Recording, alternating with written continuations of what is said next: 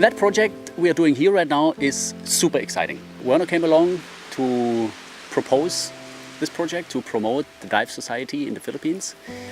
And so we plan to do kind of image story or image film, whatever you want to call it. And I think what's very interesting is that Werner, who is running both businesses, is giving us total freedom to do whatever we want.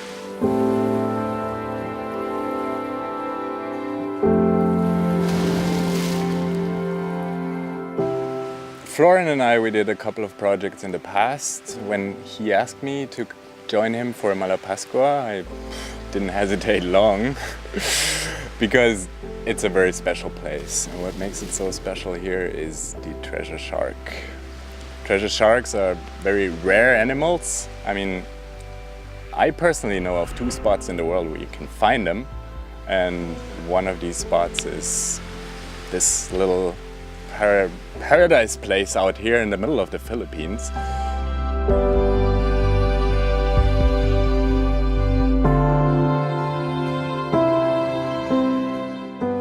The island has a very unique flair. You can easily stroll around the island and explore the island. If you have 4 hours spare, you just walk around the whole island and look at different places. I would say diving and the tourists and the guests here are the main source of income. Normal, easygoing, open people who like to connect and just like to meet you if you're up to it. And that's very relaxing. It has a bit of a raw beauty. People don't walk around cleaning up leaves on the beach.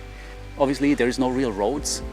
There is motorbikes and boat sounds and stuff like that. I fell in love with the island pretty quick, and of course with the kids, because there are like a lot of kids around the island.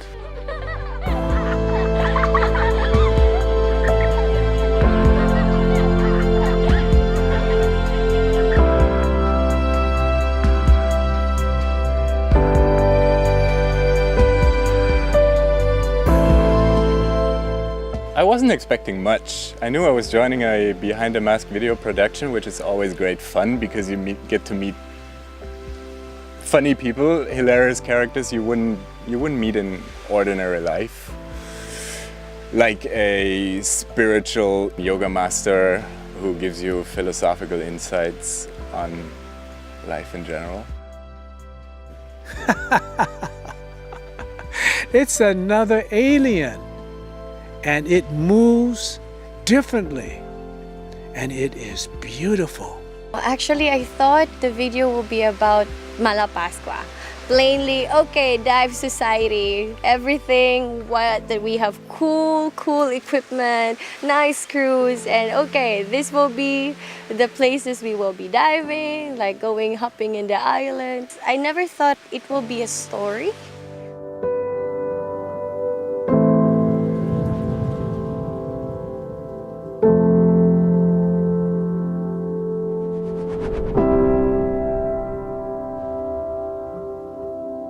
To my estimation, the best marketing you can get is a film that doesn't really feel like advertising, but is telling an interesting story. And I knew we were going to do something about treasure sharks. That was it. I didn't know any storyboard or whatever, but as far as I know behind the mask and how they work, I knew it would just be a creative process in the making. Pictures and idea would be created while doing so. So you're filming also here? Yeah, a little bit. That's that part. So what we need to do is we need to get up very early in the morning, which usually I hate. I'm a morning grump.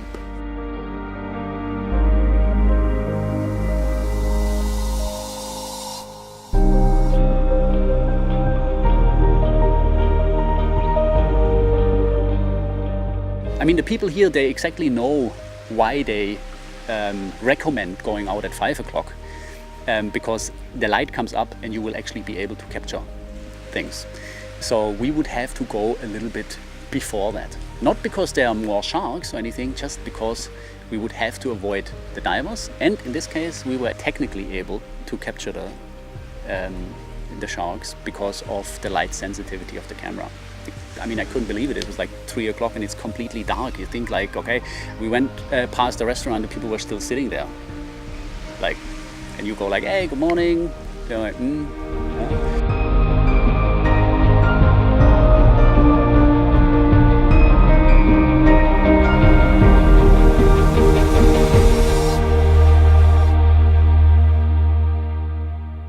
So it's still dark. Everyone's sitting on the wooden dinghy to join a bigger boat. We're going out. Everyone sits in silence and stares into an incredible star sky. Like we're all sitting there watching the Milky Way passing by under.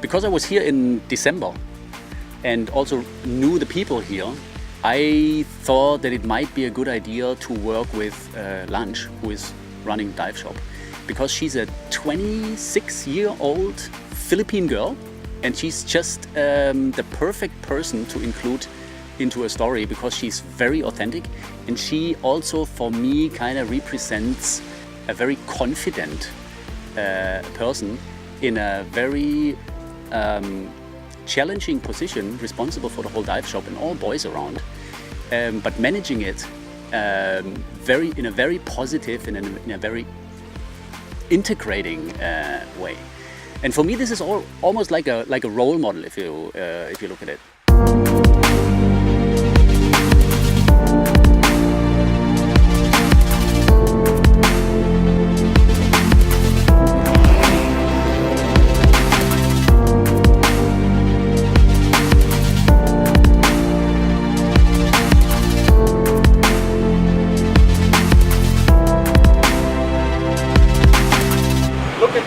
Then you can focus on the mask.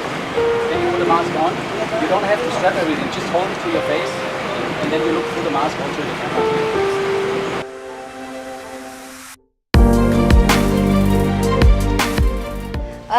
This is my first time being filmed on this set. It's not normal. I never thought that it will be a mystical mystery story. This will remain in my whole life. Like I could show this especially to my family and be proud of. Like, hey, look at this. I'm part of it. Okay, wir müssen zurück. Okay, passt! 3 Meter.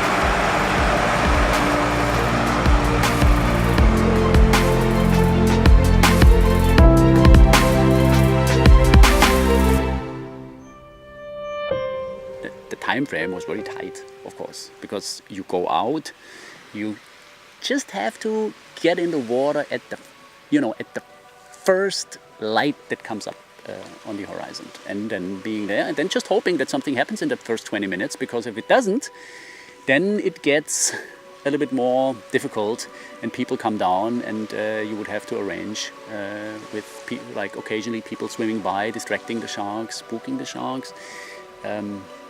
You can think of a great story as much as you want.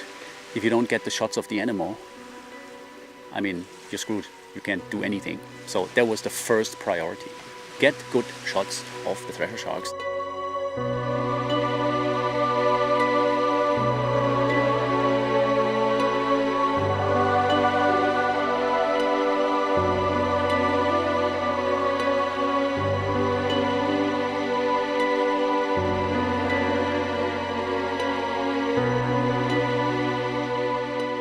In the beginning, it's just, safety shots, be as flexible as possible, filming them, going with them. But to disconnect the viewer from the cameraman, it would be great if the camera could stand on a tripod, because then the camera is not moving at all and the viewer will not get the impression that actually somebody is holding the camera or being there to film something. Because the idea is to have that lonely moment of the girl connecting with the shark. And therefore it would be great.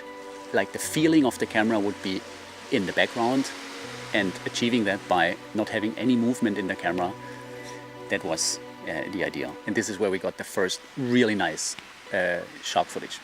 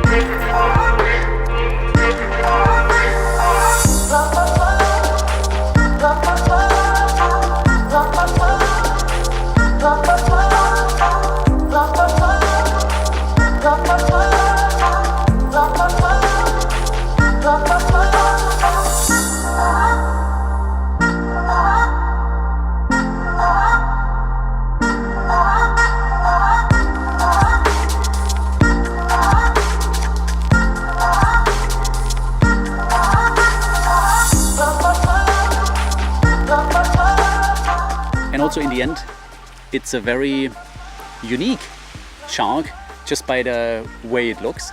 Its long tail is its characteristic. It's longer than its body itself. And the name Treasure is because it uses that tail as a whip. It actually whips fishes to knock them out before having them as lunch.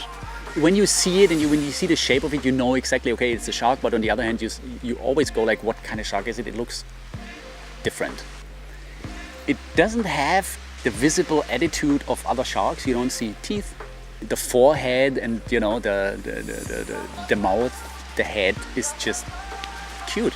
It looks, I would say it looks like a ghost somehow, right? Like, it comes out, takes a peek, get cleaned and disappears. Very understatement. And that's what I really like. Going more like, you want to see me? Take a look. But, I'll be gone pretty quick. And I always give you the impression that I don't really care much about you.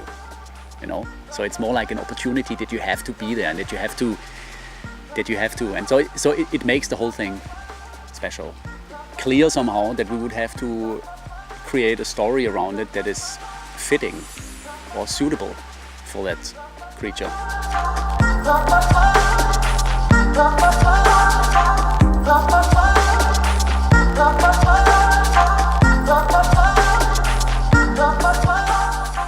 This scene that is really captivating for me is this last scene in the video where the girl and the shark met, and the shark was just somehow responding with this girl, and I never thought it would be like that.